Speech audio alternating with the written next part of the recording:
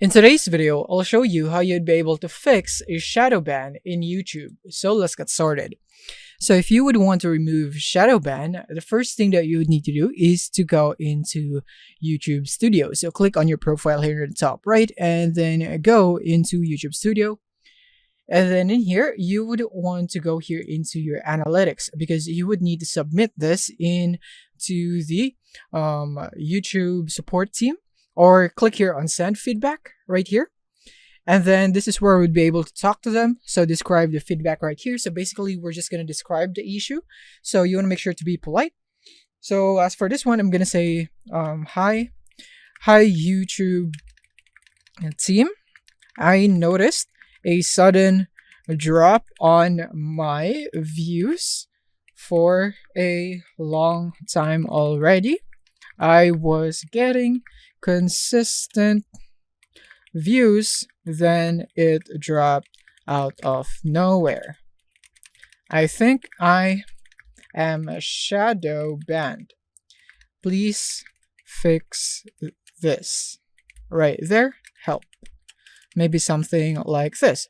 Now, you don't have to write this word per word, but yeah, you get the concept or gist here on what you would need to say. And then once you are done with that, is that you can click here on capture screenshot.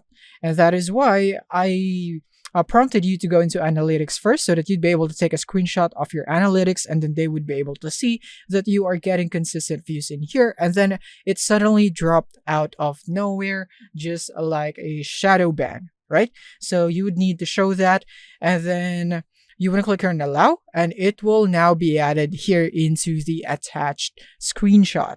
And then after that, you want to check this box as they can notify you via email for more information or updates. I think that is also helpful.